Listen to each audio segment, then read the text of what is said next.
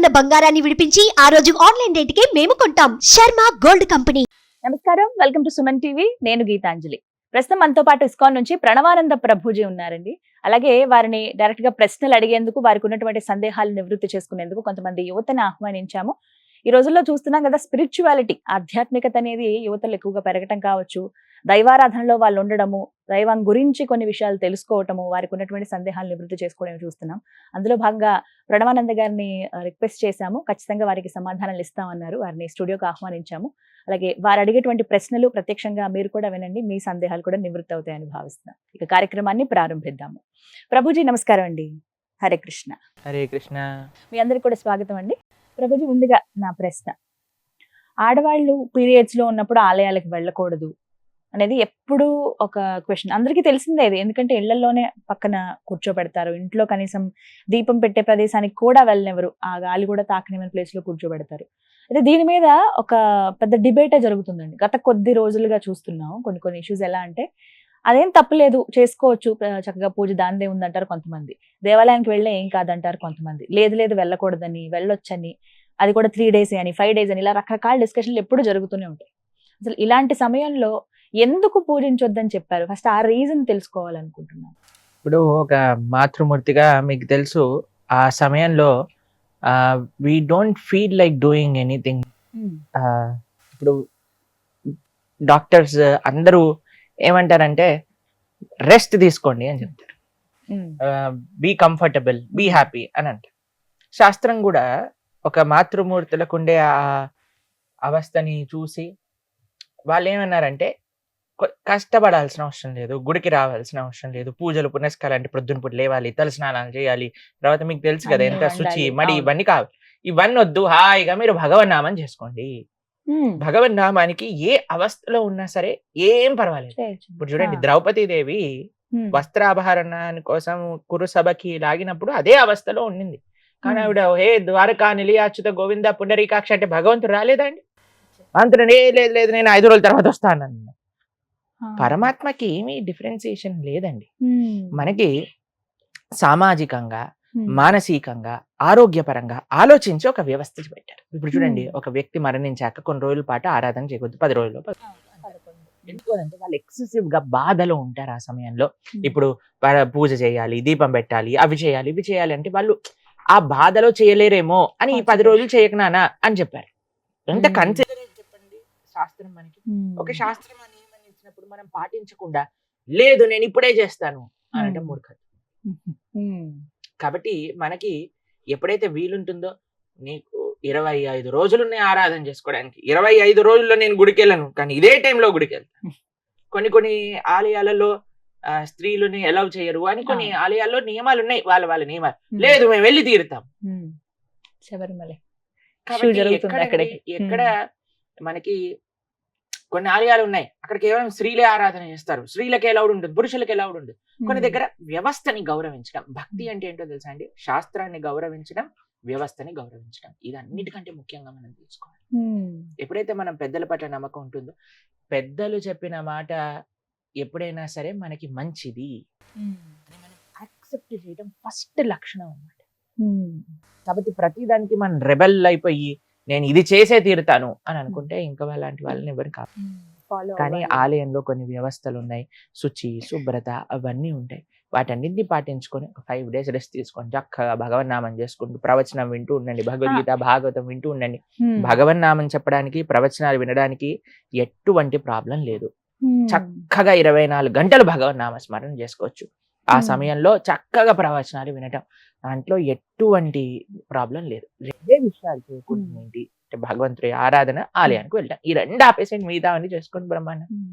తెలిసి తెలియకుండా ఒకవేళ ఆలయంలో ఉన్నప్పుడు అలా జరిగింది అనుకోండి, తెలియక చేసిన తప్పుకి అయిపోయింది నువ్వు పదా అని పట్టుకుంటాడండి భగవంతుడు. కృపా స్వరూపం, భక్తవాత్సల్యుడు అండి ఆయన.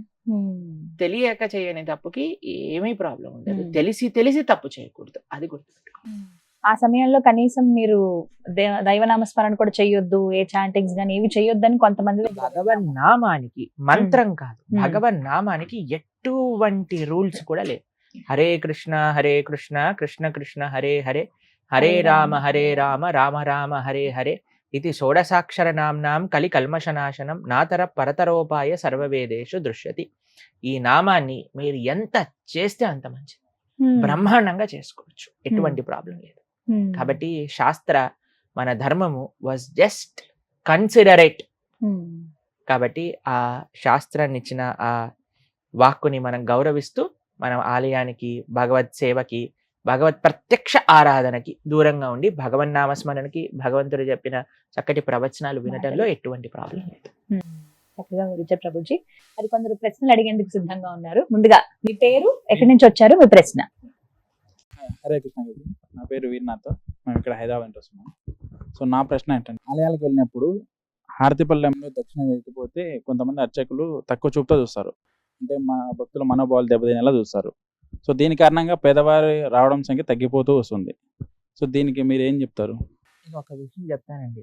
ఆలయంలో అర్చకత్వం చేయటము, భగవంతుని చూసుకోవటం, భగవంతుడికి ప్రొద్దు నుంచి రాత్రి దాకా కైంకర్యములు చేయటం, వచ్చే వందలాది మంది భక్తులకి తీర్థ ప్రసాదాలు ఇవ్వటం, ఆలయంలో ఉండే ఉత్సవాలు చూసుకోవటం ఎంత కఠినమైన విషయం తెలుసా అండి. మనము ఎక్కడికి వెళ్ళినా సరే, ఇప్పుడు ఒక హోటల్కి వెళ్ళారనుకోండి, వాళ్ళు అడక్కకుండా మనం టిప్ పెట్టేసి వస్తాం. హోటల్ వాడు ఎంత డబ్బులు అక్కడ వేస్తే హోటల్లో బేరం ఆడతారా మీరు ఎప్పుడైనా? ఇది 250 రూపాయలు కట్టలేను, 200 కడతానండి అంటారా? లేదండి, మేము టిప్ ఇవ్వకుండా హోటల్ నుంచి వస్తారు చాలా మంది. అదొక ప్రెస్టేజ్ గా, తప్పకుండా నేను ఇంత టిప్ ఇస్తాను, పక్కన వాడు ఇంత ఇస్తే నేను ఇంత ఇస్తాను అని పెట్టేసి వస్తాను. కానీ నాకు అర్థం కాని విషయం ఏంటి అని అంటే, ఎక్కడ డబ్బులు పెట్టడానికి సంకోచించని వాళ్ళు కేవలం ఆలయంలో అర్చకుడికి ఇవ్వడానికి ఎందుకు ప్రాబ్లం? అర్చకుడు ఏదైనా చేసుకోవచ్చండి జీవితంలో. మంచి సాఫ్ట్వేర్ ఉద్యోగం చేయొచ్చు, ఎంతో లెక్చరర్ అవ్వచ్చు, ప్రొఫెసర్ అవ్వచ్చు, ఏదైనా అవ్వచ్చు. అన్నిటినీ వదిలేసి ఒక అర్చకత్వం చేస్తూ, భగవంతుణ్ణి సేవ చేస్తూ, ఒక ఆలయ వ్యవస్థని కాపాడే వ్యక్తికి ఇవ్వటంలో ఏంటండి నష్టం చెప్పండి? అన్ని చోట్ల ఇస్తున్నామే, మనం ఆలయంలో ఎందుకు ఇవ్వద్దు? నిజంగా చెప్పాలి అని అంటే, ఇప్పుడు ఒకళ్ళు చెప్తుంటే మేము విన్నాం, అర్చకులకి ఇప్పుడు పెళ్ళవటం చాలా కష్టం అంట. ఎందుకంటే అందరు అంటున్నట్ట, పరోహిత్యం చేస్తే మేము పెళ్లి చేసుకోము, మాకు కూడా సాఫ్ట్వేర్ జాబ్ వాళ్ళు కావాలి అని. కాబట్టి ఎంత అన్యాయం చెప్పండి. ఇప్పుడు అర్చకులందరూ కూడా వేరే వేరే జాబులు చేసేస్తున్నారు అనుకోండి, అప్పుడు ఆలయాన్ని చూసుకునేది ఎవరు? మన సనాతన ధర్మం ముందుకెళ్ళేది ఎలా వెళ్తుంది? ఎంతో మంది మేము దక్షిణ భారతదేశంలో మందిరాలకు వెళ్ళినప్పుడు, అమెరికాలో పెద్ద పెద్ద జాబులను వదిలేసి సనాతన ధర్మ పరిరక్షణ కోసం ఆలయ వ్యవస్థ నడవాలి అని వాళ్ళ పూర్వీకుల ఆరాధన చేసే ఆలయంలోకి వచ్చి సేవలు చేస్తున్నారు. శ్రీరంగ క్షేత్రంలో మొన్న మేము వెళ్ళినప్పుడు ఇద్దరు అక్కడ తలిగ స్వాములను కలిసామన్నమాట. వాళ్ళకి పెద్ద లక్షల రూపాయలు ఉండే ఒక జాబ్ వదిలేసుకొని వాళ్ళ ఆలయంలో భగవంతుడికి నైవేద్యాలు తయారు చేస్తున్నారు. ఎందుకు? ఆ సేవ కంటిన్యూ అవ్వాలి, మేము చేయకపోతే నెక్స్ట్ జనరేషన్ ఎలా చేస్తుంది? కాబట్టి ఫస్ట్ మనం అర్చకులను గౌరవించడం నేర్చుకుందాం. భగవంతుడి పట్ల మనం చూపించే ప్రేమ, మనకుండే గౌరవం, ఫస్ట్ ఆయనని ఆరాధన చేసే వ్యక్తి ద్వారా మనం భగవంతుడి దగ్గరికి వెళ్ళటం నేర్చుకోవాలి. కాబట్టి ఎప్పుడు కూడా చూడండి, ఆయన అవుట్ రైట్ గా మీరు చెప్పినట్టు జనాల్ని కోపం చేయకూడదు, అది కూడా మంచి విషయం కాదు.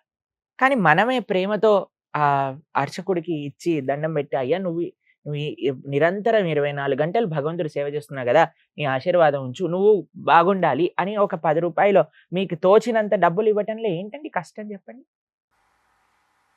మనం అన్నిటికీ ఇవ్వడానికి సిద్ధం అవుతున్నామే. దేనికి ఎవరైనా సరే బయటకు వెళ్ళినప్పుడు మనం దేనైనా చెప్తున్నావా? సినిమా టికెట్ వాడికి చెప్తున్నావా? లేదు, వాడు ఎంత ప్రైస్ చెప్తే వాడు. హోటల్ వాడికి చెప్తున్నావా? ఎంత ప్రైస్ చెప్తే వాడు. అన్ని చోట్ల ఉంటుంది. కానీ ఆలయానికి వచ్చేసరికి ఎందుకు అందరూ ఆలోచిస్తారో నాకు అర్థం కాదు. కాబట్టి మేము ఎక్కడికి వెళ్ళినా సరే, మీకు ఒక విషయం చెప్తాను, మేము ఎక్కడికి వెళ్ళినా సరే, ఏ ఆలయంలో దర్శనం చేసుకున్నా సరే, నిజంగా చెప్పాలంటే మాకు జేబులు లేవు, డబ్బులు ఉండవు, అయినా సరే మా పక్కనుండే మాతో పాటు వచ్చే భక్తులు నేను అడిగి మేము ఆ అర్చకుడి యొక్క చేతిలో పెట్టి వాళ్ళ ఆశీర్వచనం స్వీకరిస్తాం తప్పకుండా. కాబట్టి అది మంచి పద్ధతి. ఆలయ వ్యవస్థ నడవాలి, ఆలయ వ్యవస్థలో భగవంతుడి యొక్క సేవ నడవాలి అని అంటే ఇవ్వటంలో ఎటువంటి తప్పైతే నాకు కనిపించదండి. మీరేమంటారు? సంతోషం. Right, okay. మరొక ప్రశ్న. పేరు సూర్య, నేను ఏలూరు జిల్లా నుంచి వచ్చాను. మనం ఎదుటి వారితో స్నేహం చేయాలంటే అతను మంచివాడ చెడ్డవారని ఎలా తెలుసుకోవాలి? చాలా మంచి ప్రశ్న. Qualities. Friend in need is a friend in deed అని అంటారు. ఇప్పుడు చూడండి, మనకేమనిపిస్తుందంటే ఫ్రెండ్షిప్లో మనం ఏం చేసినా నువ్వే తోపురా, నువ్వే హీరోరా, నువ్వేది కావాలంటే అది చేయరా అని మనల్ని ఇచ్చేసే వాళ్ళే మనకి నిజమైన ఫ్రెండ్ అని అనిపిస్తుందండి. అది నిజమైన ఫ్రెండ్షిప్ కాదు. నిజమైన ఫ్రెండ్షిప్ అంటే మనం తప్పు చేస్తుంటే అవుట్‌రైట్‌గా నువ్వు తప్పు చేస్తున్నావు, ఇది చేయకూడదు అని ఎవరైనా చెప్పారనుకోండి, వాడు నిజమైన శ్రేయోభిలాషిగా మనం అర్థం చేసుకోవాలి. ఎవరైనా అన్నారనుకోండి, "ఏయ్ నువ్వు సిగరెట్ తాగవా? రేయ్ తాగురా అప్పుడే, నువ్వు మొగాడివైతే సిగరెట్ తాగు" అని అన్నారనుకోండి, వాడు నీ ఫ్రెండ్ కాదు.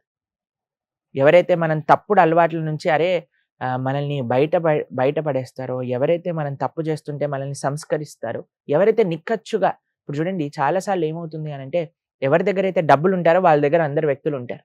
మనం చిన్నప్పుడు ఒక నీతి పద్యంలో చదువుకుంటాం కదా, ఏ బావిలో అయితే నీళ్లు ఉంటాయి అక్కడే కప్పలన్నీ ఉంటాయి. ఒకసారి బావి ఎండిపోయింది అనుకోండి, కప్పలని వేరే దగ్గరికి వెళ్ళిపోతాయి. మనం చూడాల్సింది ఏంటి అంటే, నా కోసం వస్తున్నారా, నా దగ్గర ఉండే వస్తువుల కోసం వస్తున్నారా అని చాలా ఈజీగా తెలిసిపోతుందండి. ఎవరైనా మనకి what they are giving us, ఏదైనా వాల్యూ మన జీవితంలో యాడ్ చేస్తున్నారా మనం ఒకసారి పరిశీలన చేసుకోవాలి. లేదు ఒక పారాసైట్ జలగా అంటారు చూడండి, అది కూర్చొని రక్తం అంతా పీకేస్తుంటుంది. ఫోన్ చేసి 1000 రూపాయలు అయ్యి, 2000 అయ్యి, 500 అయ్యి అని 24 గంటలు మనల్ని అడుగుతున్నాడా? అందుకే మనకంటారు, ఎంతమంది నీతోటి ఉన్నారు అని ఎలా తెలుస్తుందంటే, నీవు ఒక కంట్లో నుంచి ఒక కన్నీటి ధార కార్చినప్పుడు ఎంతమంది చేతులు వస్తాయి దాన్ని తుడపడానికి, అంతమంది నీతోటి ఉన్నవాళ్ళు అని చెప్తారు. అంతేకానండి మన ఫేస్బుక్లో 5000 ఫ్రెండ్స్ ఉండటం వల్ల, వాట్సాప్లో మనకి 5000 కాంటాక్ట్స్ ఉండటం వల్ల మనం పొందేది ఏం లేదండి. అందులో ఒక్క వ్యక్తి అయినా సరే మనకి మంచి చెప్పేవాడు ఉన్నాడు అనుకోండి, వాడు నిజమైన ఫ్రెండ్. నేను మీకు ఒక విషయం చెప్పాలా, అందరికంటే మన బెస్ట్ ఫ్రెండ్ ఎవరైనా ఉన్నారంటే అది భగవంతుడే. ఎందుకంటే ఆయన ఒక్కడే నిజంగా ఒక జీవుడిని మంచి మార్గంలో నడిపించడానికి ఎప్పుడు మన హృదయంలోనే ఉంటూ మనల్ని మంచి సజెషన్స్, మీకు ఎప్పుడైనా మీరు ఏదైనా పని చేయాలనుకున్నప్పుడు ఇన్నర్ వాయిస్ అని ఒక మనసులో నుంచి ఒక శబ్దం వినిపిస్తుంది అందరికీ, ఒరే ఇది మంచిరా, ఇది చెయ్యి, ఇది చెడు, ఇది చేయకూడదు అని. కానీ మనం ఏం చేస్తాం, వాడు నూరు చూసి మన పని మనం ఏం కావాలంటే అది చేసుకుంటుంటాం అన్నమాట. నిరంతరం కాన్స్టెంట్గా మనకి మంచి సజెషన్స్ ఇస్తున్నవాడు మన హృదయంలోనే పరమాత్మ. ఆయన నిజంగా మన బెస్ట్ ఫ్రెండ్ అన్నమాట. Krishna is our best friend. కాబట్టి మంచి సాంగత్యం చాలా ముఖ్యం. ఈ మధ్య పిల్లల్లో ఏమైపోయింది అనంటే, ఫ్యాషన్ ఎలా అయిపోయింది అనంటే, ప్యాషనెట్గా ఉండటం, అందరూ ఏదో తిరగటం, పార్టీలకు వెళ్ళటం, చాలా మంది జీవితాలు పాడైపోతున్నాయి. ఎందుకు మాకు ప్రాబ్లం అంటే ఏం లేదండి, ఫ్రెండ్షిప్లో ఏముంది, మాకు ఒక చాలా మంచి స్నేహితుడు ఉండేవాడండి. ఆయన మాతో మాట్లాడుతూ ఉండేవారు. మేము ఇంజనీరింగ్ చేయడానికి వెళ్ళిపోయాం, వారు హైదరాబాద్లోనే ఉన్నారు. వాళ్ళ ఫ్రెండ్స్ అందరు కలిసి ఒకసారి వాళ్ళ కాలేజ్ లోపల కార్ రేసింగ్ అని పెట్టుకున్నారనమాట. ఔటర్ రింగ్ రోడ్లో 130, 140, 150 ఆ స్పీడ్లో వెళ్ళిపోతుంది. ఈయన కారు ఒక స్పాన్ ఆఫ్ సెకండ్లో తప్పిపోయింది. తర్వాత రోడ్ పై నుంచి టాపుల్ అయిపోయింది, ఇటువైపు నుంచి అటువైపు ఎగిరిపోయాడు, ప్రాణాలు పోయాయి. మేము ఎంత బాధపడ్డామో మాకు ఆ విషయం తెలిసినప్పుడు. అంటే ఒక ఏజ్లో ఉన్నప్పుడు అండి, ఆ ఫ్రెండ్షిప్, ఆ ప్యాషన్ మనల్ని క్యారీ అవే చేసేస్తుంది అనమాట. కానీ ఎవరైతే కరెక్ట్ ఫ్రెండ్షిప్స్ని ఐడెంటిఫై చేస్తారో, ఎవరు నాకు నిజమైన శ్రేయోభిలాషి అని తెలుసుకుంటాడో, వాడు జీవితంలో సక్సెస్ఫుల్ అవుతాడు. అందుకే ఎంతమంది ఉన్నారు కాదండి, ఎంతమంది ఉన్నా వారు మనకి ఏం చేస్తున్నాడు, ఒక్క ఫ్రెండ్ ఉన్నా చాలండి. ఒక్క ఫ్రెండ్, ఒక్క స్నేహితుడు ఉన్నా సరే మన జీవితంలో మనల్ని మంచి మార్గంలో నడిపించేవాడు చాలు. We're not worried about quantity, ఇంతమంది ఉన్నారు అంతమంది ఎవరికి చూపించుకుంటామండి, అందరు మనల్ని పాడు చేస్తూ ఉంటే. కాబట్టి ఒక్క మిత్రుడు ఉన్నా సరే మంచివాడు ఉండాలి చాలు. ఈ గుణాలు చూసి సెలెక్ట్ చేసుకోవాలి. మీ డౌట్ క్లారిఫై అయిందా? రైట్, మరొక ప్రశ్న. నమస్తే స్వామి, నా పేరు చైతన్య. నేను కల్కి మూవీ చూశాను. అందులో అశ్వత్థామ యుగాలు దాటి బతికి ఉన్నాడు కదా, కృష్ణ పరమాత్మ వెళ్ళిపోయారు, ఆయన ఇంకా బతికే ఉన్నాడు కదా, ఆయన కృష్ణుడి కన్నా గొప్పవారా? అంటే మనకి చిరంజీవులు అని మనం వింటూ ఉంటాం కదా, కొన్నిసార్లు మీరు ఉంటే సప్త చిరంజీవులు అంటారు, తర్వాత అమరులు అని అంటారు, దేవతల్ని అమరులు అంటారు, మరణం లేని వాళ్ళు అని అంటుంటారు. కొన్నిసార్లు మానవుడిని మృత్యలోకానికి చెందినవాడు అని అంటారు. మానవుడికి మరణం ఉంది, దేవతకి మరణం లేదు. మీకు ఒక విషయం చెప్తాను, మానవుడికి మరణం ఉంటుంది, పుట్టిన ప్రతివాడు చావక తప్పదు. దేవతల సంగతి ఏంటి, వాళ్ళు స్వర్గంలో ఈ అమృతాన్ని తాగుతూ ఉంటారు కదా, మరి వాళ్ళకి మరణం లేదా అని అంటే దేవతలు కూడా మరణించాలి. దేవతలు కూడా వాళ్ళ వాళ్ళ పోస్ట్లో నుంచి తొలగిపోయి క్షీణే పుణ్యే మర్త్యలోకం విశంతి అని అంటారు. ప్రతి ఒక్క దేవతకు కూడా వాళ్ళ కాలమానం బట్టి 100 ఏళ్ళు వాళ్ళు బతుకుతారు. అయిపోగానే మళ్ళీ మానవుడుగానో ఏ జన్మ వాళ్ళకి రాసుంటే ఆ జన్మకు పుట్టాల్సిందే. చిరంజీవుల సమయం ఏంటి అనంటే చిరంజీవులు ప్రళయం అయ్యేంత వరకు బ్రతికుంటారు. ప్రళయంలో వాళ్ళు కూడా వెళ్ళిపోతారు. ఎప్పటికీ మరణం లేకుండా ఉండే వ్యక్తి భగవంతుడు మాత్రమే. గజేంద్రుడు అందుకే లోకంబులు లోకేశులు తెగిన తుది అలోకంబగు పెంచీకటి నవ్వండెవ్వడు ఏకాకృతినై వెలుగుండో అతనినే సేవింతుండండి. కాబట్టి మనం సేవ చేయాల్సింది కేవలం భగవంతుని మాత్రమే. ఇంకెవ్వరిని మనం సేవ చేయాల్సిన అవసరం లేదు. ఎందుకంటే ప్రతి ఒక్కళ్ళు వాళ్ళ వాళ్ళ సమయం బట్టి వెళ్ళిపోవాల్సిందే. మనుషుడు ఇన్ని సంవత్సరాలకు వెళ్ళిపోతే దేవతలు అన్ని సంవత్సరాలకు వెళ్ళిపోతారు, చిరంజీవులు అన్ని సంవత్సరాలకు వెళ్ళిపోతారు. కేవలం భగవంతుడు భగవంతుడి యొక్క లోకంలో ఉండే పార్షదులు మాత్రమే శాశ్వతం, ఇంకెవ్వరు శాశ్వతం కాదు. కాబట్టి ఇందాక మీరు అన్నట్టుగా కృష్ణుడు వెళ్ళిపోయాడు, అశ్వత్థామ ఉన్నాడు అని అంటే ఏం లాభం? కృష్ణుడు వెళ్ళిపోయింది ఏదో శరీరాన్ని విడిచిపెట్టలేదు. కృష్ణో స్వదాగోపగతే అని అంటుంది భాగవతం. ఆయన స్వలోకానికి, ఆయన గోలోకానికి చేరుకున్నారనమాట. కాబట్టి అశ్వత్థామ ఉన్నాడు, ఆయన సరే వెళ్ళిపోవాల్సిందే. అశ్వత్థామ చేసిన పనులు ఏంటో తెలుసా అండి మీకు? ఎంత అన్యాయమైన పని చేశాడో తెలుసా అశ్వత్థామ? కురుక్షేత్ర యుద్ధంలో అంత అయిపోయాక ఆయన ఒక టెంట్లో ఉన్నాడు అనమాట. సాయంత్రం పూట టెంట్లో ఉంటే ఇలా చూస్తూ ఉన్నాడు. ఒక చెట్టు పైన ఒక పెద్ద పక్షి వచ్చి, చిన్న చిన్న పక్షులు ఉన్నాయన్నమాట, చీకటి సమయంలో తినేసింది. తినేయంగానే వీడు అనుకున్నాడు, ఇది నాకు ఒక డివైన్ ఇంటర్వెన్షన్ నా జీవితంలో, నేను కూడా వెళ్ళిపోయి. యుద్ధ నీతి ఏంటంటే సూర్యాస్తమయం అయిపోయాక మళ్ళీ మనం యుద్ధం చేయకూడదు. అయితే ఏం పర్వాలేదు, ఇది నాకు ఒక ఐడియా అని అనిపించి ఏం చేశాడంటే పాండవులు ఉండే ప్రదేశానికి వెళ్ళాడు. వెళ్ళి 5గురు ఇలా పడుకున్నారనమాట. పడుకోగానే వాళ్ళ 5గురు ఒక తలలు తెగ్గొట్టేశారు. తెగ్గొట్టి 5గురు తలలు తీసుకొని దుర్యోధనుడి దగ్గరికి వెళ్తారు. నేను 5గురు పాండవుల్ని చంపేశా అనగానే చాలా ఆనందపడతారు దుర్యోధనుడు. కానీ వీడికి పాండవుల్ని చంపేంత సీన్ లేదు అశ్వత్థామకి. సరే ఒకసారి టెస్ట్ చేస్తాను అని ఒక తలని ఇవ్వమన్నాడు అనమాట.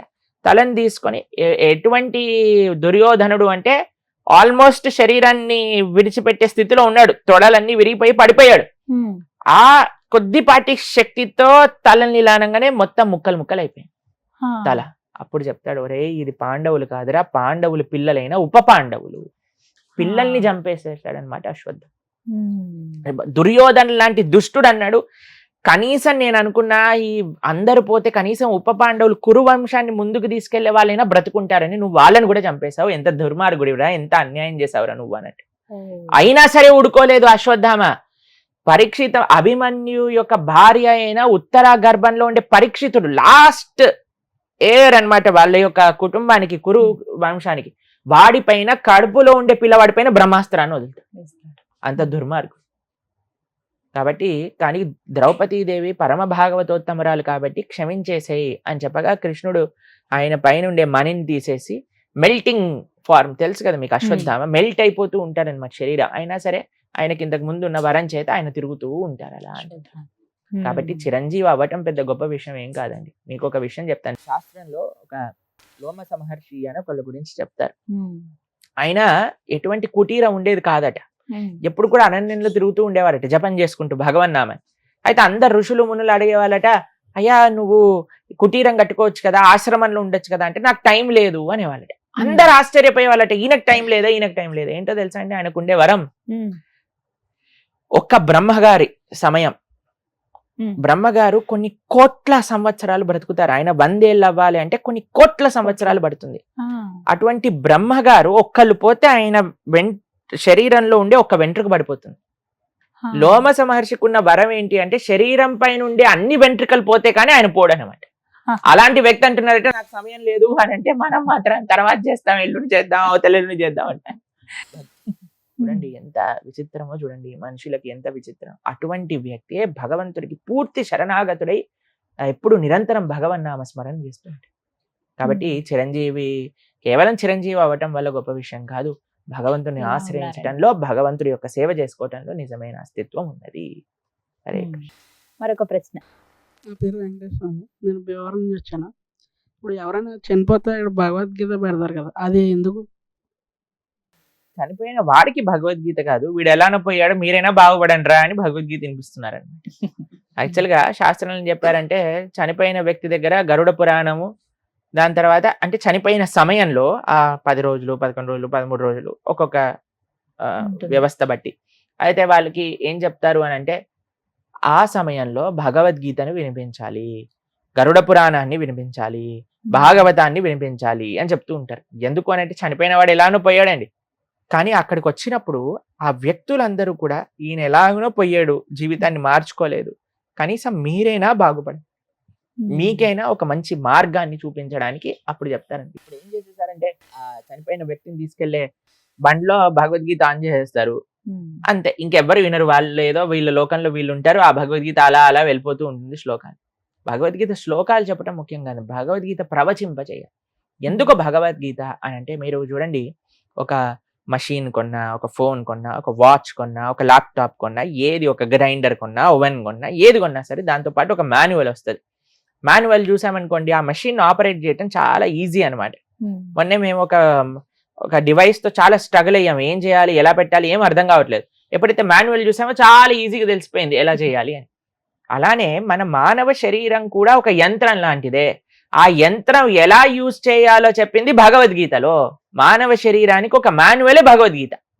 ఈ వ్యక్తి ఎలానో పోయాడు, బాగుపడలేదు, కనీసం వచ్చిన వారైనా వింటారేమో. ఎందుకంటే అండి ఒక వ్యక్తి చనిపోయినప్పుడు ఆయన వ్యక్తిని కాల్చేటప్పుడు అందరికీ ఒక రకమైన వైరాగ్యం కలుగుతుంది. చూసారా ఈయన ఇంత సంపాదించాడు, ఏమి తీసుకెళ్ళలేదు, ఏమి పట్టుకొని వెళ్ళలేకపోయాడు, అన్నిటిని ఇక్కడే వదిలేశాడు, కనీసం బట్టలు కూడా ఉండవండి, అలా కాల్చేస్తాడు వ్యక్తిని.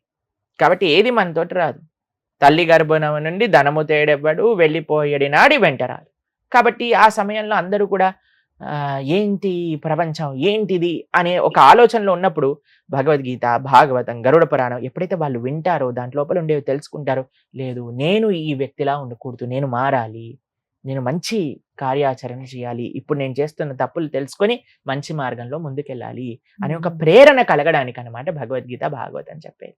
కాబట్టి కేవలం ప్లే చేయకూడదండి, ఒక మంచి భక్తుణ్ణి, శాస్త్ర పరిజ్ఞానం కలిగిన పండితుణ్ణి తెచ్చి భగవద్గీత, భాగవతమో, గరుడ పురాణమో ప్రవచింపజేస్తే అందరు వచ్చి కూర్చొని విని వారు జీవితాన్ని మార్చుకుంటే మంచిది. అందుకోసం భగవద్గీత చెప్పించండి అని చెప్తారు. కానీ అది కాస్త మారిపోయి ఎవరైతే చనిపోతారో అక్కడ మాత్రమే నెంబర్ 1 కదండి అన్ని సాంప్రదాయాల్ని పాడు చేసేయటంలో. కాబట్టి మనిషి తెలుసుకొని ఎప్పుడైతే మారుతారో అప్పుడే మన ధర్మం అనేది ముందుకెళ్తుంది. ఓకే, మరొక ప్రశ్న. హరే కృష్ణ గురుజీ, నా పేరు గణేష్, సత్యసాయి జిల్లా నుంచి వచ్చాను నేను. నా ప్రశ్న ఏంటంటే మానవులు చనిపోయాక కొంతమంది స్వర్గానికి వెళ్తారు, కొంతమంది నరకానికి వెళ్తారు కదా. ఒకవేళ నేను స్వర్గానికి వెళ్ళాలంటే ఏం చేయాలి? ఒక విషయం చెప్తాను, స్వర్గం ఎలా ఉంటుంది, నరకం ఎలా ఉంటుందో మీకు అర్థం చేస్తాను, తర్వాత మీరు ఎక్కడికి వెళ్ళాలో చెప్పండి.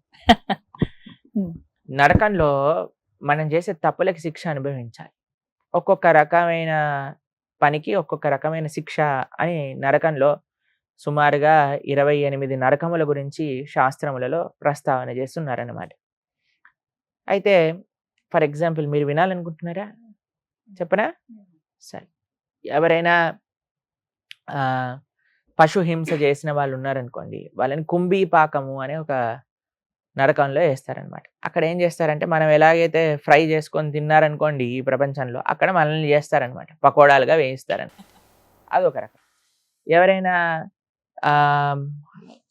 తాగే అలవాటు ఉందనుకోండి, కాబట్టి అక్కడ కూడా తాగించాలి కదండి, ఎలా మరి, లేకపోతే ఎలా, వీడికి తలనొప్పి వచ్చేస్తుంది కదా. కాబట్టి అక్కడ ఏం చేస్తారు అని అంటే ఇనుము ఉంటుంది కదండి, ఇనుముని బాగా కరిగిచ్చేస్తారనమాట. ఇనుముని కరిగించినప్పుడు రెడ్ కలర్ లిక్విడ్గా అవుతుంది కదా, దాన్ని మంచి షాంపెయిన్ గ్లాసులో పోసి నోట్లో పోస్తారనమాట. కాబట్టి ఇలా ఒక్కొక్క తప్పుకి ఒక్కొక్క నరకం ఉన్నది, ఒక్కొక్క రకమైన ఇబ్బందులు మనం అక్కడ పొందాలి అని. వేరే వాళ్ళని అనవసరంగా కష్టపెట్టి అనవసరంగా మాటలతో అన్న వ్యక్తులు ఉంటారు కదా. సో ఆ నరకంలో ఒక స్పెషాలిటీ అయిన పక్షులు ఉంటాయి, వాటిని రురు పక్షులు అని అంటారు. వాటి ఉండే నరకం పేరు రౌరవం అని అంటారు. ఆ నరకంలో ఏం చేస్తాయంటే ఒక పెద్ద ప్లాట్ఫామ్ ఉంటుంది, ఏం ఉండదు ఆ ప్లాట్ఫామ్లో, మనిషి మాత్రమే ఉంటాడనమాట. పైనుంచి రురు పక్షులు వచ్చి వాటికి ముక్కు ఇక్కడ నుంచి అక్కడ దాకా ఉంటుంది. మనిషి అంటే ఆ జీవి అక్కడ ఉన్నప్పుడు వాటిని సజీవంగా పీక్కొని తింటూ ఉంటాయి అనమాట ఈ రురు పక్షులు. అలా ఇది ట్రైలర్ మాత్రమే, సినిమా అక్కడికి వెళ్తే తెలుస్తుంది అనమాట ఏంటి అని. కాబట్టి ఇలా చాలా నరకాలు ఉంటాయి. ఇది నరకం యొక్క ప్రస్తావన. స్వర్గం ఎలా ఉంటుందో చెప్తాను.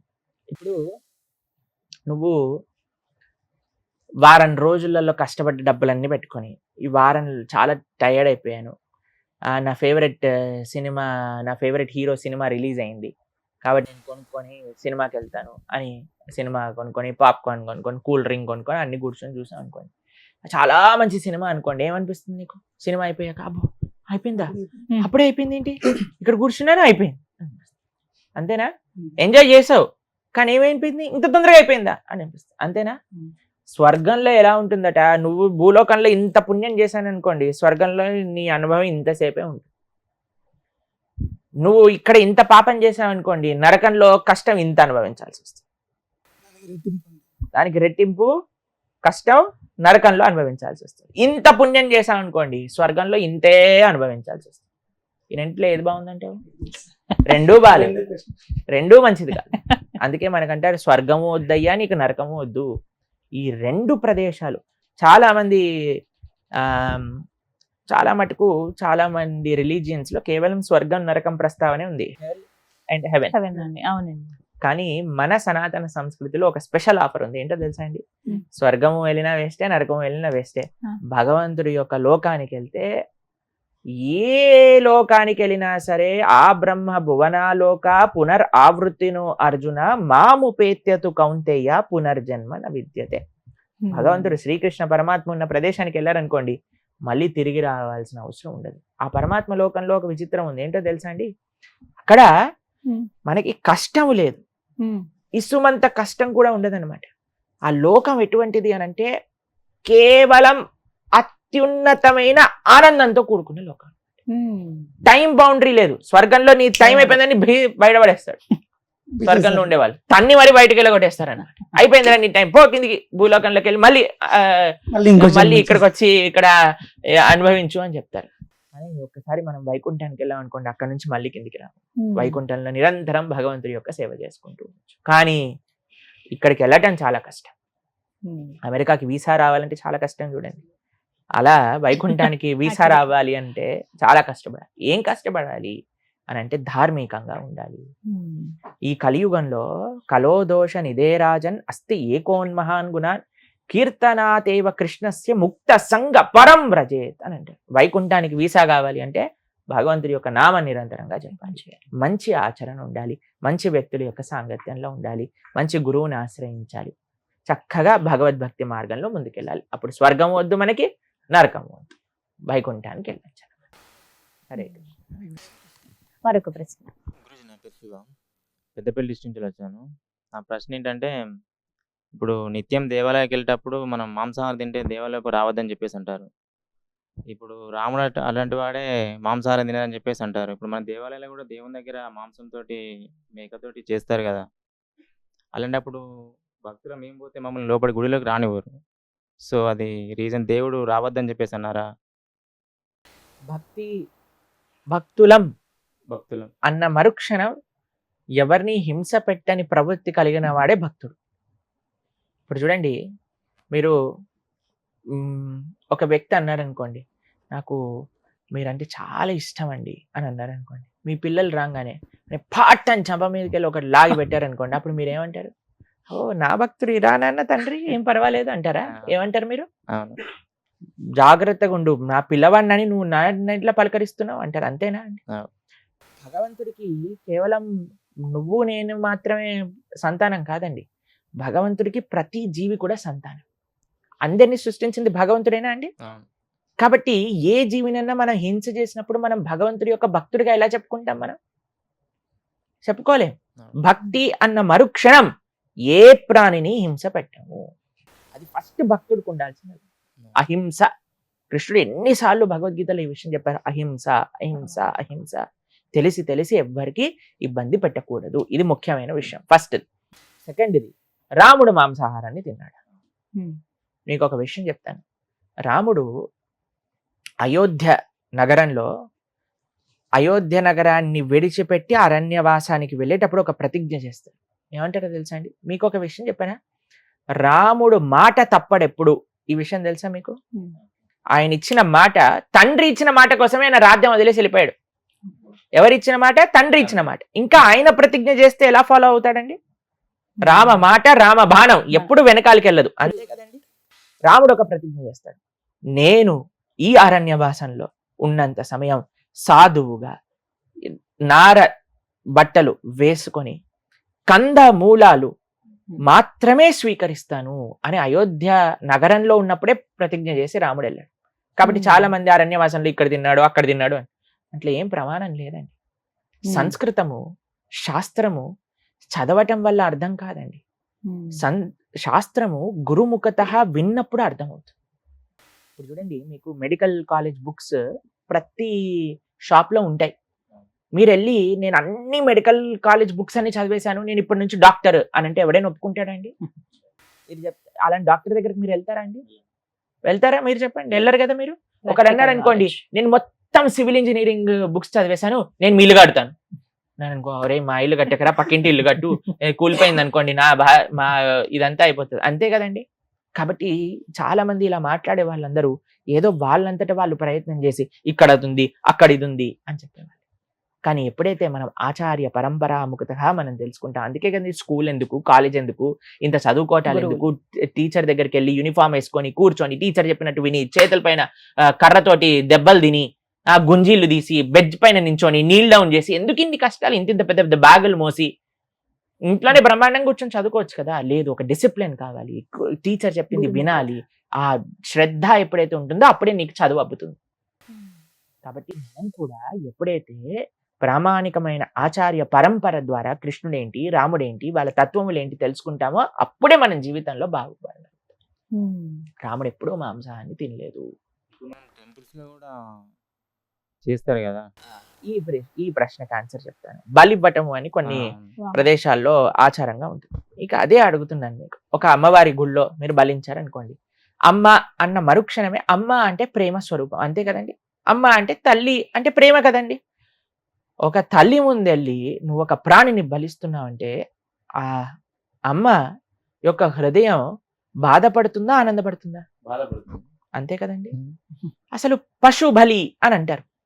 ఏంటి బలివ్వాలి అని కానీ మీరు ఆలోచిస్తే పశువుని కాదండి, మనిషిలో కూడా పశువుగా ఉండే కొన్ని ప్రవృత్తులు ఉంటాయి. అందుకే మనం అంటాం కదండి, ఎప్పుడైనా ఎవరైనా పిచ్చి పిచ్చిగా బిహేవ్ చేశారనుకోండి, మనిషివా పశువా అంటే. అవునా? తిట్టారా మీరు ఎవరైనా అలా? తిట్టారా మీరు? కాబట్టి మనిషివా పశువా అన్న పశుత్వం ఉంది చూడండి, దాన్ని భగవంతుడికి బలివ్వాలి. ఆ ఏవైతే చెడు గుణాలు ఉన్నాయో వాటిని అమ్మవారికి ఇవ్వాలి, కానీ పశువుని తెచ్చి బలివ్వకూడదు. కాబట్టి అది చాలా తప్పు, ఎవ్వరూ దాన్ని స్వీకరించారు. కాబట్టి సాత్వికమైన ఆరాధన, సాత్వికమైన భగవద్ ఆరాధనే శ్రేష్టము. ఇది చాలా ముఖ్యం. హరే కృష్ణ. ఇంకొక క్వశ్చన్ అడుగుతారా ఎవరు? ఇప్పుడు మనం నిత్యం ఇంట్లో తాబేలు విగ్రహాన్ని పెడుతున్నారు దేవుని దగ్గర. కొంతమంది పెడుతున్నామో మంచి జరగదంటారు, కొంతమంది పెడుతున్నాం మంచిగా జరుగుతుంది అని చెప్పేసి అంటారు. ఇప్పుడు తాబేలు విగ్రహం దేవుని దగ్గర పెట్టుకోవచ్చా పెట్టుకోకూడదా? తాబేలు ఉన్నా తాబేలు లేకపోయినా ఇంట్లో ధార్మికంగా ఉండకపోతే మంచి జరగదు.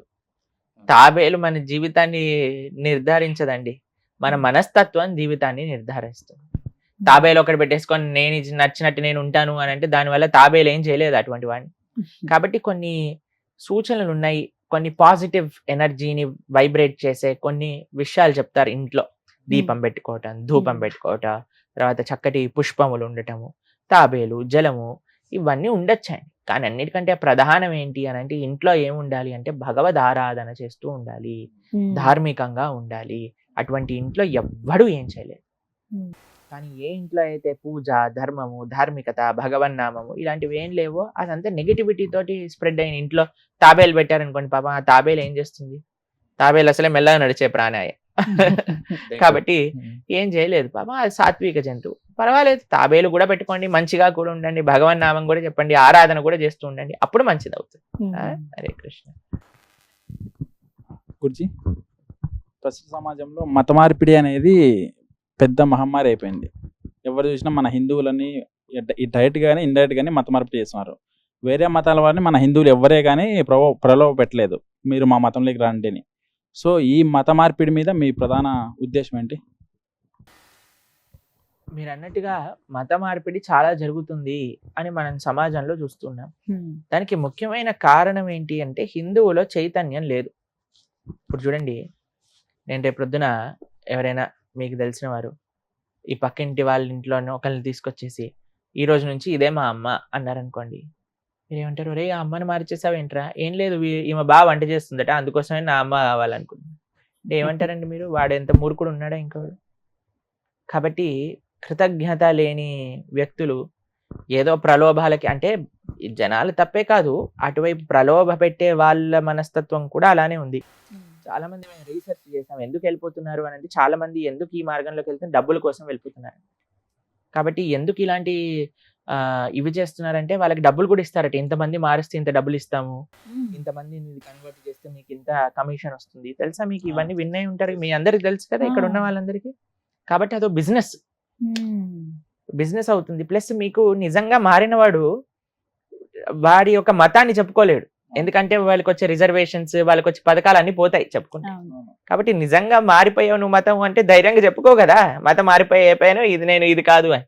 చూడండి ఎంత తెలివిగల వాళ్ళు. వాళ్ళకి గవర్నమెంట్ నుంచి కావాల్సిన పథకాలు కావాలి, ఇటు మన ధర్మము వద్దు. ఎంత ప్రమాదకరమైన శక్తిగా మార్చేస్తారు చూడండి. చాలా ప్రమాదకరమైన పరిస్థితి ఒకటి నెలకొల్లుతుంది. అన్నిట్లో ముఖ్యమైనది ఏంటి అంటే హిందువులలో చైతన్యం లేదు. ఎంతమంది మీరు భగవద్గీత చదివారా మీరు? అందుకే మరి వేరే వాడు చెప్పాం కానీ బాగుంది కదా అనిపిస్తుంది. మనల్ని మనం చదవకపోయాం అనుకోండి, వేరే వాడు చెప్పింది బాగా అనిపిస్తుంది కదా. మనం చదువుకుంటే మన విషయాలు మనం వింటే ఎంత బాగుండేది. వేరే వాడు వచ్చి ఇది ఇలా అదలా అని చెప్పినప్పుడు వాడికంటే ఒరే నీకంటే 100 రెట్లు నా గీతలో ఉంది చూపించనా అని చూపించచ్చు. వేరే వాళ్ళు అన్నారు అనుకోండి, ఈ నీళ్లు చల్లుతాయి, ఖర్చిప్పిస్తాయి, ఆయిల్ పూస్తాను, నీకు రోగాలు పోతాయి అని అంటే ఎలా నమ్ముతున్నారంటే జనాలను? అసలు అర్థం కాదు నాకు. అంటే వారికి అసలు నిజంగా అంటే ఇంకితమైన కామన్ సెన్స్ ఉందా లేదా అనిపిస్తుంది కొన్ని.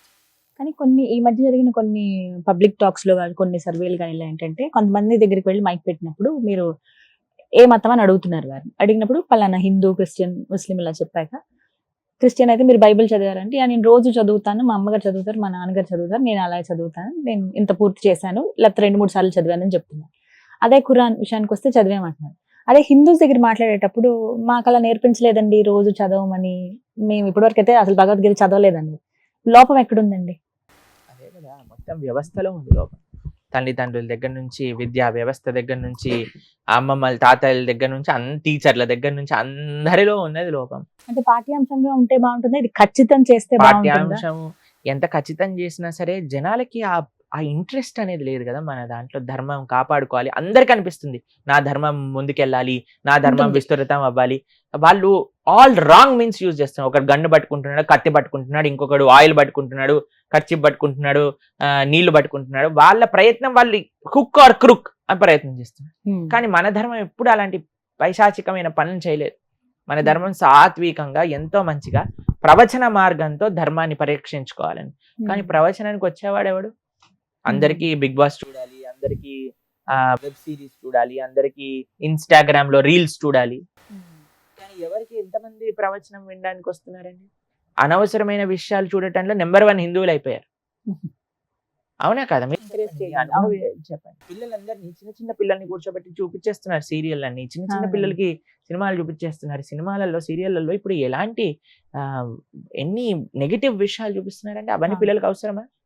ప్రవచనాన్ని చెప్పేసి పిల్లలకి అర్థం కాదేమో అండి, ఇవి అర్థం అవుతాయి కానీ అది అర్థం కాదా? ఎంత విచిత్రం చూడండి. కాబట్టి మన ధర్మాన్ని మనమే రక్షించుకోవాలి. కాబట్టి మీరందరూ ఇక్కడ ఉన్న వాళ్ళందరూ గీత చదవండి, అప్పుడు మన ధర్మాన్ని మీరు చదవండి, పక్కనోడికి చెప్పండి. నాకు డౌట్, ఇప్పుడు హిందువులకి రామాయణం ముఖ్యమా లేకుంటే భగవద్గీత ముఖ్యమా? రామాయణము, భగవద్గీత, భాగవతము ఈ 3 ముఖ్యమే. మరి క్రిస్టియన్స్కి బైబిల్, ముస్లిమ్స్కి ఖురాన్. అలా అనుకుంటే హిందువులకి ప్రాథమికమైన ఫౌండేషనల్ పుస్తకం ఏ సాంప్రదాయానికి చెందిన వాళ్ళైనా సరే, హిందువులకు ఒక పుస్తకం చెప్పండి ప్రభుజీ, ఇది తప్పకుండా అందరూ అధ్యయనం చేయవలసిన పుస్తకం ఏదన్నా ఉంటే అది గీత, భగవద్గీత. శంకరాచార్యుల నుంచి మొదలు పెట్టుకుంటే అందరు ఆచార్యులు చెప్పిన విషయం ఒకటే, భగవద్గీత హిందువులకి ప్రాథమిక అన్నిటికంటే ముఖ్యమైన గ్రంథము. కాబట్టి మీరు ఒక పుస్తకం చెప్పండి హిందూ ధర్మంలో అంటే భగవద్గీత. భగవద్గీతను చదవండి, భగవద్గీతను వినండి, భగవద్గీతను అర్థం చేసుకోండి. సనాతన ధర్మం అంటే ఏంటో అర్థం.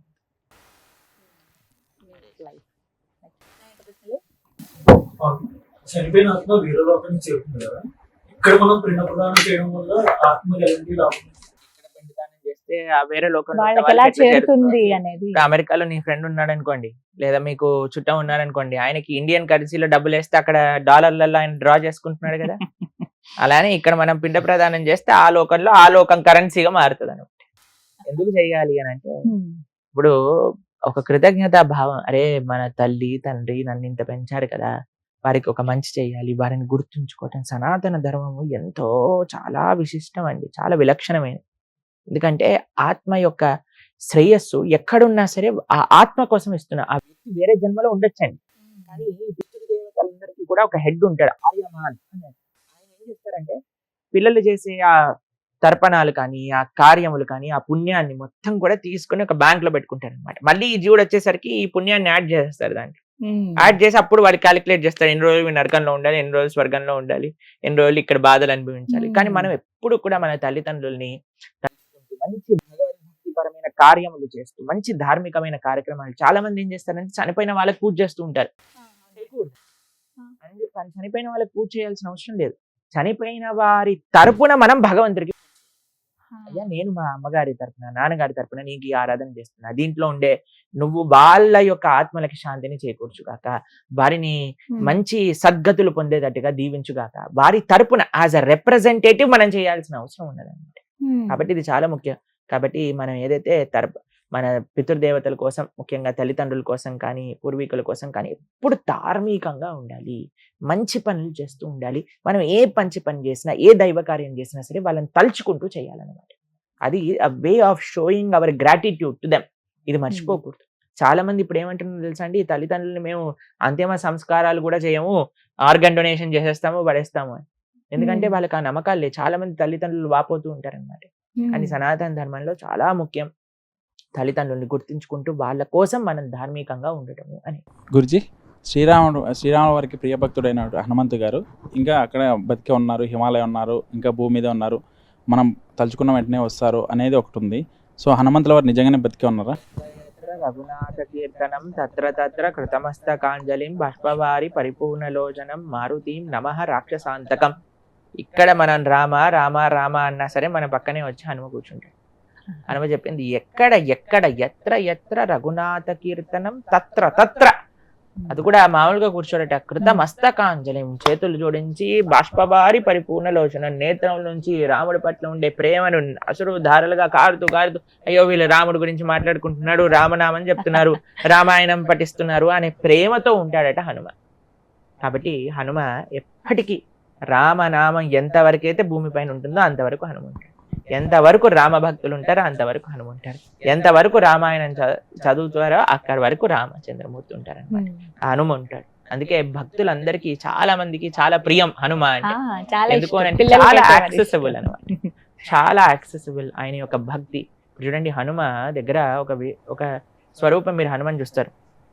ఒక దాంట్లో గద పట్టుకుంటాడు, ఒక చేత్తో సంజీవని పర్వతం పట్టుకుంటాడు, హృదయంలో రామచంద్రమూర్తి సీతమ్మ తల్లి ఉంటారు.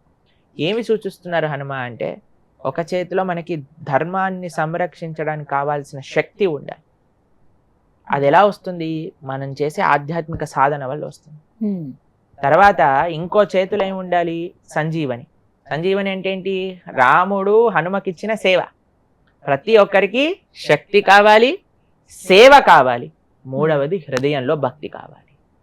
ఈ మూడిటికి ప్రతిరూపమే హనుమ. కాబట్టి హనుమ యొక్క ఆరాధన, హనుమకి ప్రార్థన చేయాలి నిరంతరం. స్వామి నీకున్న భక్తిలో ఒక చిన్న రేణు అంతా మనకు వచ్చినా సరే మన జీవితం తరించిపోతుంది అనమాట. కాబట్టి ఎక్కడెక్కడ హనుమంతుని యాక్సెస్ చేయాలంటే రాముడు భక్తుడిగా మారిపోవటం, అంతే హనుమ వచ్చి మన పక్కన ఉంటాడు. ఇప్పుడు మన రాముడి గురించి మాట్లాడుతుంటే అక్కడ ఎక్కడో ఉండుంటాడు, హనుమకు కూడా నమస్కారం చేసుకోవాలి ఒకసారి. హరే కృష్ణ. కానీ హనుమాన్ అని అనగానే చదువుకునే రోజుల్లో ఎవరో ఒక అతను వెళ్ళి హిమాలయాల దగ్గర ఫోటో తీశారని ఒక ఫోటో బాగా వైరల్ అయిందండి. హనుమంతులు ఇప్పటికీ అలా ఉన్నారు, పుస్తకంలో రామ రామ అని ఇలా చదువుతున్నారు. వారికి హిమాలయాల్లో ఉండటం వల్ల మనకేం వచ్చిందని మన పక్కన ఉన్నారని చెప్తే ఇంకా బాగుంది కదా. హనుమ ఉన్నాడు పక్కన, అది మనం యాక్సెస్ చేయాలని. సులువుగా పిల్లలకి పెద్దలకి అందరికి ఇష్టమే. ఎవరన్నా సరే రాముడు నామని చెప్పేవాడు ప్రతి ఒక్కడు హనుమకి ఫేవరెట్. కొంచెం భయం వేసినా ఫస్ట్ తలుచుకునేది ఆయన్నే కదండి. అంతే కదా. జై హనుమాన్. గురుజీ, త్రేతాయుగంలో రాముడు తండ్రి ఇచ్చిన మాట కోసం వనవాసం వెళ్ళాడు. కానీ ఇప్పుడు చూస్తే కొడుకులు తండ్రిని కాళ్ళతో తన్నేటోళ్ళు ఉన్నారు. అటువంటి వాళ్ళ కొడుకు నుంచి ఇటు మారడానికి కారణం ఏంటి? ఎందుకంటే ఆ తండ్రి రాముడు గురించి పిల్లలకి చెప్పలేదు కాబట్టి. ఎవరైతే పిల్లల్ని రామాయణం చెప్తూ రాముడు ఇలాంటి వాడు, కృష్ణుడు ఇలాంటి వాడు అని చెప్పి పెంచాను అనుకోండి, మనకి ఈ దుస్థితి వచ్చేది కాదు. ఎందుకంటే రామచంద్రమూర్తి తన తండ్రి ఇచ్చిన మాట కోసం జీవితంలో సకల ఆనందాలన్నీ వదిలేసుకొని వెళ్ళిపోయాడు. అన్నయ్య పోతున్నాడు కదా అని లక్ష్మణుడికి ఏం సంబంధం లేదు. పాపం ఈ లిటిగేషన్ లో ఆయన రాలేదు, ఆయన పేరే లేదు ఈ కేసులో. అయినా సరే ఆయనంతటా ఆయన నేను అన్నయ్య ఎక్కడ ఉంటే అక్కడే ఉంటాను అని ఈ ప్రపంచంలో అన్న తమ్ముళ్ళు ఆస్తి కోసం చంపుకోవడానికి అయినా సిద్ధమయ్యే ఈ ప్రదేశంలో ఈ రోజులలో నాకొద్దంటే నాకొద్దు అని కొట్లాడుకున్నారు రామచంద్రమూర్తి భరతుడు. ఒకళ్ళు వచ్చి భరతుడికి ఇవ్వాలి అంటే నాకొద్దు మా అన్నయ్యది, నేను ఎప్పుడు కూడా మా అన్నయ్య దాసుడినే, మా అన్నయ్యకి ఇవ్వాలి. లేదు లేదు భరత నువ్వు తీసుకో, లేదు లేదు అన్నయ్య నువ్వు తీసుకో. పాపం లక్ష్మణస్వామి వెళ్ళి అమ్మని అడిగాడు. రాముడు అనుకున్నాడు అమ్మకి వెళ్ళి చెప్పు మీ అమ్మ పర్మిషన్ తీసుకొని రా అని. అమ్మ దగ్గరికి వెళ్తే అమ్మ అన్నది, అయ్యా అమ్మ నేను వెళ్ళాలా రాముడితో? అడగటం ఏంటి అసలు, నువ్వు అడగటం తప్పు చేసావు. రాముడితో వెళ్ళాలి అని అడగకూడదు, వెళ్ళిపోవాలి. సరే నువ్వు అడిగావు కదా, నీకు ఇంకో విషయం చెప్తా. అయోధ్య మటవీం విద్ది రామం దశరథం విద్ది మాం విద్ది జనకాత్మజాం అయోధ్యాం అటవీం విద్ది అని చెప్పింది వాళ్ళమ్మ. ఏమని చెప్పిందో తెలుసా అండి సుమిత్రమ్మ? అయ్యా దశరథ మహారాజుని రాముల్లో చూసుకో, నన్ను సీతమ్మ తల్లిలో చూసుకో, అయోధ్యని అడవిలో చూసుకో, వెంటనే బయలుదేరి రాముడితో అని చెప్పి. ఎంత గొప్ప తల్లి చూడండి. అలా పెంచారు కాబట్టి పిల్లలు అలా అయ్యారు. ఈ రోజులలో మనము అనవసరమైన సినిమాలు సీరియళ్ళు ఇవి పెంచుతున్నాం కాబట్టి అందులో ఏం చూపిస్తారండి? ఏం చూపిస్తున్నారు చెప్పండి? కోడలు అత్తగారిని ఎలా చంపేసింది, అత్తగారు ఎలా ప్రతీకారం చూపించుకుంది, తర్వాత ఒకళ్ళ ఇంట్లో 10 మందిని పెట్టి వాళ్ళు ఎలా కొట్లాడుకుంటున్నారు, అది చూస్తే మన పరిస్థితి ఏమవుతుంది చెప్పండి? మనం కూడా అలానే తయారైపోతుంది. కాబట్టి ఏది మనం చూస్తామో, ఏది మనం వింటామో, ఏది మనం మాట్లాడతామో, ఎటువంటి వ్యక్తులతో ఉంటామో అలానే మన ప్రవృత్తి ఉంటుంది. కాబట్టి పిల్లలకి తల్లిదండ్రులకి నేను చేసే సిన్సియర్ చేతులు జోడించి చేసే రిక్వెస్ట్ ఏంటంటే పిల్లలకి రామాయణ భాగవతాదులు చెప్తూ పెంచండి. మీ పిల్లవాడు పెద్దగయ్యాక మీరు ఈ సేవ కానీ చేస్తే అన్నిటికంటే లబ్ధిపోయే వ్యక్తులు ఎవరైనా ఉంటే అది ఫస్ట్ తల్లిదండ్రులే. తల్లిదండ్రులు లబ్ధి పొందడమే కాకుండా ఈ దేశం లబ్ధి పొందుతుంది, ఈ ధర్మం లబ్ధి పొందుతుంది, ఈ సమాజం లబ్ధి. కానీ ఇటువంటి అనవసరమైన ఎక్స్పోజర్స్ పిల్లలకి చేయటం వల్ల వాడు పాడవటం చేత కుటుంబం పాడైపోతుంది, కుటుంబం పాడైపోతే సమాజం పాడైపోతుంది, సమాజం పాడైపోతే దేశం పాడైపోతుంది. కాబట్టి ఎందుకు ఇలా మారుతున్నారు అంటే రాముణ్ణి పక్కన పెట్టాం కాబట్టి ఇలా మారుతుంది. రాముణ్ణి మళ్ళీ ఈ సొసైటీలో ఇంట్రడ్యూస్ చేయండి, ఇటువంటివి ఏవి జరగవు. మీకు ఒక విషయం చెప్తాను, రామాయణం సీరియల్ ప్లే చేసేటప్పుడు క్రైమ్ రేట్ 70% తక్కువ ఉండేదట. ఎందుకంటే అప్పుడు ఇంకే ఛానల్ ఉండేవి కాదు, రామాయణం పెట్టేవారు. ఒక ఊర్లలో రామాయణం పెట్టేసుకుంటే ఊరంతా వచ్చి రామాయణం చూసేది. దొంగలు కూడా చూసేవారేమో, ఏం క్రైమ్ ఉండేది కాదు, అందరూ బ్రహ్మాండంగా రామ రామ రామ అనుకుంటూ ఉండేవారు. కాబట్టి ఏదైనా ఈ ప్రపంచంలో మనం వింటూ ఉంటాం రామరాజ్యం రావాలి, రామరాజ్యం రావాలి అంటే ఏంటి? రామరాజ్యం రావటం ఏంటి అంటే రాముడి యొక్క విలువలు అందరి లోపల ఉండాలి. రామాయణము రాముడి నడిచిన నడక, దాన్ని మనం ఇన్స్పిరేషన్ గా చూసుకొని రాముడు వెనకాల నడవాలి. అంతేనా?